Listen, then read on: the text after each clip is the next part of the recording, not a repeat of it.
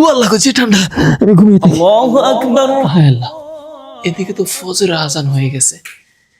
এখন যদি ফজরের নামাজটা না পড়ে আমি ঘুমাইয়া থাকি, তাহলে তো অনেক বড় গুনাহগার হয়ে যাব।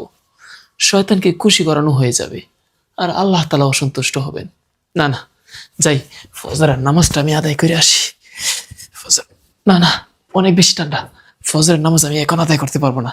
সূর্য ওঠার পরেই তো ফজরের নামাজ আদায় করতে পারবো। এখন ঘুমিয়ে থাকি। না রে, সূর্য ওঠার পরে যদি ফজরের নামাজ আদায় করি, তাহলে তো আমি কবিরা গুনাহগার হব।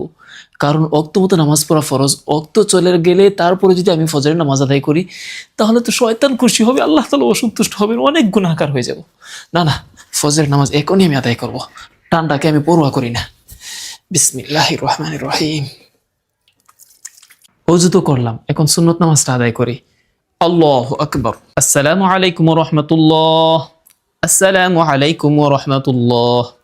সুন্নত নামাজ শেষ, এখন ফরজটাও আদায় করে নিই।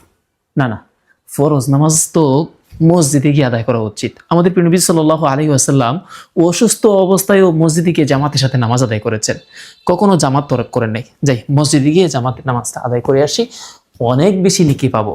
আমাদের প্রত্যেক মুসলমানের উচিত মসজিদে গিয়ে জামাতের সাথে ফরজ নামাজটা আদায় করা।